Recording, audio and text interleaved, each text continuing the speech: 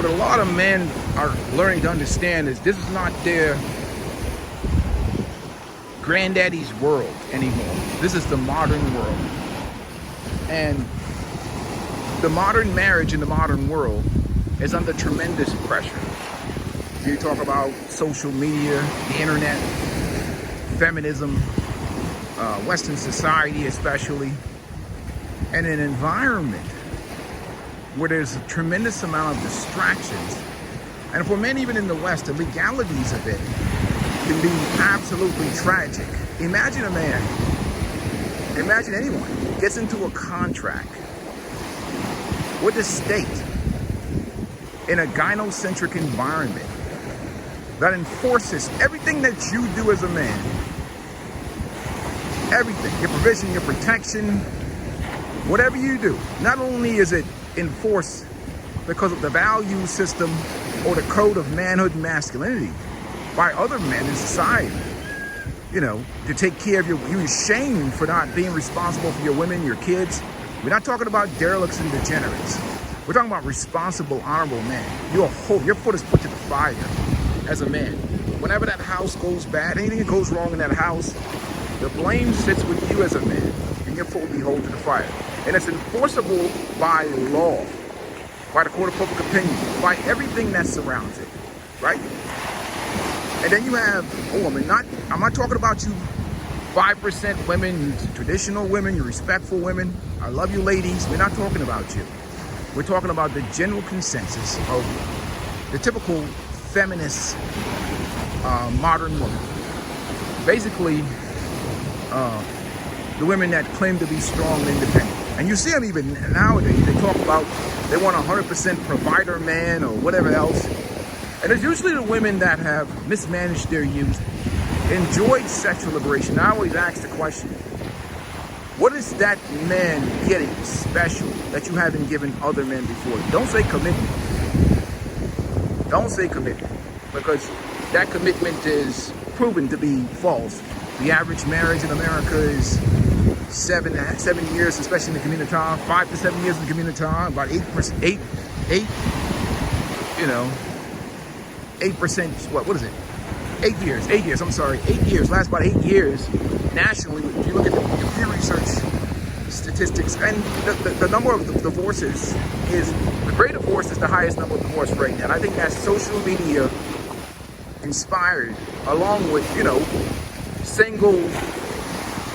single friends and family members and feminist auntie and social media comparison. They say comparison is the thief of joy. So a lot of men are doing hard time, and I respect. That's why 89% of the men on OnlyFans are married men. That study can be debated, it can be challenged or whatever else. So a lot of guys are doing hard time, and many of them are they're just invested too deep to really do anything about it. I mean, nobody's going to risk losing their house, their family, children, or whatever else. So they're doing time, many of them. And they're realizing that, hey, I'm with this woman. My foot is held to the fire in terms of this responsibility, and that's enforced by the state. But this woman has no obligation to provide anything, sex, to treat me nice, to be nurturing, to be kind, affection and appreciation. And I know you religious people are going to come in here and all this other stuff like that. And I always tell these religious people, go kick rocks. You got problems with the church. You need to keep the pastor from pounding the women in the congregation.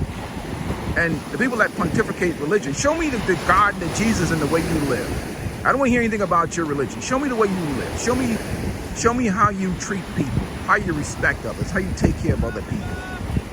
If you can't show me that, you can go kick rocks. I don't want to hear anything about your scriptures. Don't quote your scriptures to me. I've read them all. I understand them. You're not telling me nothing that I don't know. I'm talking about real life, real issues in the real world. So for a man, what happens too, I always talk about, men give up their commitment too easy, because you're held to a standard, whereas you're legally held to that standard. So you're giving up resources. You're giving up the possibility of putting your life on the line for a woman, trust, you know, your financial future, the future of your mental health. And so you can't really, you know, you see guys give up that commitment so easy for a box. They get fall in love with some woman, or, you know, a woman that's not that 5% woman, and they're willing to hand that over so easily just for sexual access because of that scarcity mindset, low self-esteem. That's why I say global travel is therapy for men. It really opens the portal for what your options are. I'm not talking, look, female nature is universal globally, but at least you have a higher option to be in a situation with a 5% woman. If you're a masculine man, you understand discernment and how to filter and vet women properly. You know, it's on you. We're not talking about no simple experience here. But the truth of the matter is, when men think of that contract, that binding contract, they don't bring religion in here because divorce is high in the church too. So get out of here with that. They don't save anybody. Look at all the guys like Steven Crowder and all these people pontificating religion have been married 2 and 3 times. The Steve Harveys that had 3, they always talking about God, and they got like 3, 4 marriages. Like, get out of here with religion. Religion ain't saving no marriages in the modern world that we live in today. So I'm not anti-marriage. Actually, I'm pro-marriage, pro-family, pro-community. But I live in the real world. I'm not an idealistic fool who doesn't live in the real world. So the advantages and benefits of it is for the individual to decide on their own. But let's keep it real. Men have to understand that this stuff is real out here.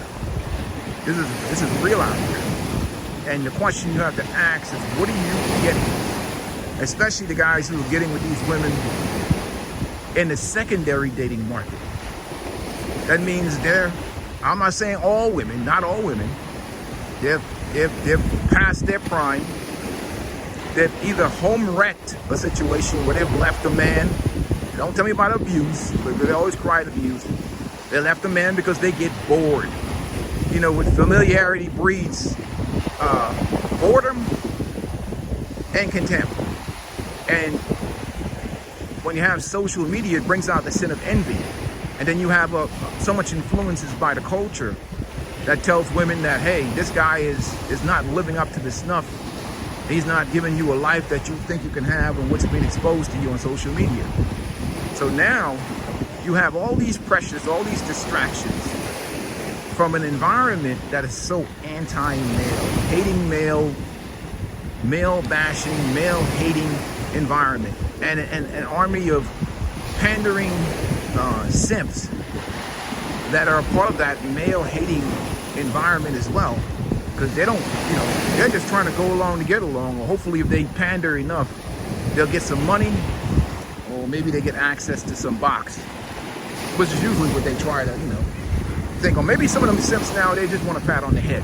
So imagine all those pressures in life, and you have, like I said, your obligations is held to it by the state. Whether it's for kids, we're talking about the good, honorable, respectful men.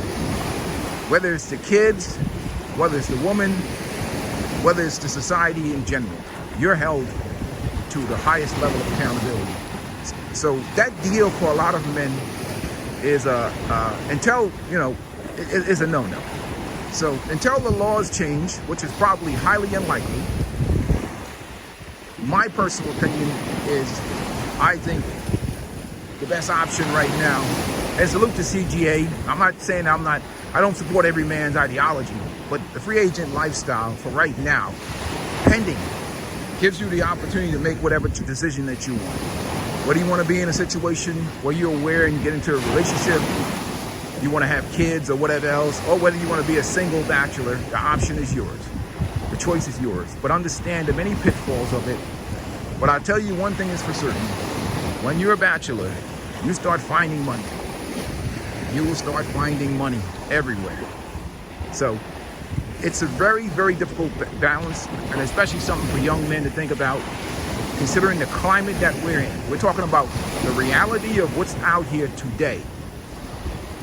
Not listening to some guy who's holding on to pushing his Bible, that's probably been married for the last 30 years, 20 years, that don't have no clue about what's going on out here today in the current environment. Or maybe he got with a 5% woman, and he's given anecdotal experience based on his own life, his own reality, and he doesn't really care about what other men think or what other men have experienced in life. And we have a lot of those dudes. They'll come out here and give you their anecdotal experience, or come and shame men, or talk certain garbage to men, not even accepting the realities of what's going on there. And some of those same men, they'll be the dudes talking, and their wife, they had the job, rubbing shoulders with a man that's about to stroke them down in about another year or two. So that's a whole nother story. Anyhow, peace and blessings to you guys, and we'll talk more on this channel. Again, I'm not anti-marriage. I'm pro-family. I've been married, and it is what it is. So I'm a very pro-family, traditional guy, minded guy, but I understand reality, and I understand you have to live life not based upon what you feel, but how the world currently is and what exists in front of you, and you got to come up with the best strategy. Again, there's no solutions, there's only trade-off. You come for the best strategy to get the best value out of life and enjoy the most peace, the most prosperity, and the most happiness that you can get. And of course, we don't neglect our responsibilities, but the fact of the matter is, you have to become your own self-advocate as a man in the current world that we live in. Peace and blessings to you guys. We'll talk soon. I'm out.